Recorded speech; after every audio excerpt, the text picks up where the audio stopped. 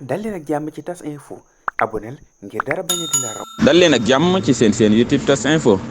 chroniqueur bi di journaliste d'investigation di Pape Alé Niang mu ngi xam ne ni kii di président Ousmane Sonko waruñu koo seetaan dañ ko war a jàppale taxawu ko mu gis ni ñii di askanu Sénégal ñoom ñii kat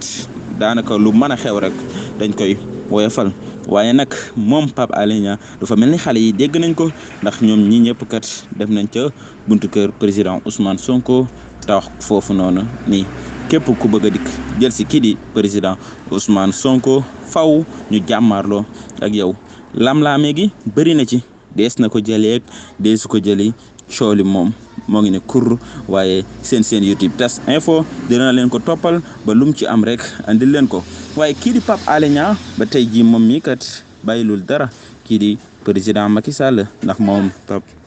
nee na rassemblement bii nga xamante ni moom la F24 amaloon bërki démb nit ña bëri na lool te kàddu gi benn la kon bu président Macky Sall tiitul kon jàpp na ni kii di président Macky Sall kon moom daanaka du nit parce que kon du xalaat ndax kàddu ya fa jib yëpp benn la mooy président Macky Sall amul sañ-sañu def 3e mandat président Macky Sall képp ku war a bokk ci élection yi ñu jëm ci atum 2024 na la bàyyi nga dem ndax loolu yi kat mooy